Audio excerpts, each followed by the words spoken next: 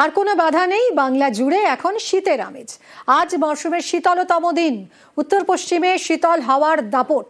কলকাতার সর্বনিম্ন তাপমাত্রা 14.5 ডিগ্রি সেলসিয়াস এবং এই মরশুমে এই প্রথমবার 14 নামল তাপমাত্রা।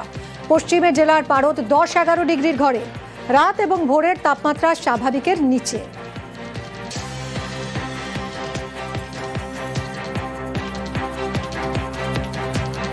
ঠান্ডা লাগছে, অনেকটাই ঠান্ডা আছে। এইবার একটু বেশি তাড়াতাড়ি পড়ে গেছে। ভালো লাগে, আমার শীতকাল ভীষণই ভালো লাগে, ভালো লাগছে। খাওয়া দাওয়া ভালো লাগে, পিঠে পুলি সবকিছুই ভালো লাগছে। সুন্দর ঠান্ডা ঠান্ডা হাওয়া, সোয়েটার পরে ভালো লাগছে। উত্তরবঙ্গেও শীতের আমেজ। দার্জিলিংয়ের তাপমাত্রা 5 ডিগ্রি সেলসিয়াস। দার্জিলিং, শিলিগুড়ি থেকে কাঞ্চনজঙ্ঘার দেখা মিলেছে। স্পষ্ট দেখা গেছে ঘুমন্ত বুদ্ধ। মালদার তাপমাত্রা 15 ডিগ্রির ঘরে। কিছুদিন উত্তরের আবহাওয়া একই রকম থাকবে।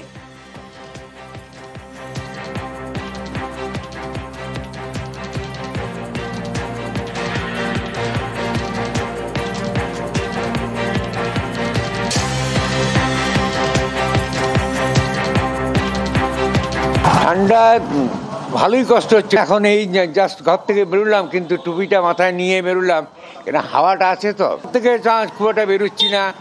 রাতের দিকে যথেষ্ট লেপ কম্বল নিয়েই ঘুমোচ্ছি।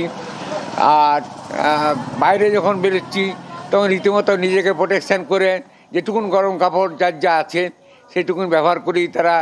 আমরা নিজেদের জীবনযাত্রাকে চালনা করছি। 10-11 ডিগ্রি চলছে বাঁকুড়ায়। তো সাধারণত এবারে খুব আগেই ঠান্ডাটা একটু বেশি পড়ে গেছে। জানি না এরপরে আবার যে ঠান্ডাটা পড়বে সেটা সহ্য করা যাবে কি না। তার হয়তো জলে তখন হাত দিয়েও কষ্ট। 11টা বেজে গেছে, কিন্তু এখন রোদও উঠেছে, কিন্তু বাতাসটার জন্য ঠান্ডা কমেনি, এখনও কনকনানি ঠান্ডা। হ্যাঁ, মাঘ ফাল্গুনের থেকেও সেই ঠান্ডাই এখন পড়ে গেছে। মাঘ ফাল্গুনে যে কী হবে জানি না।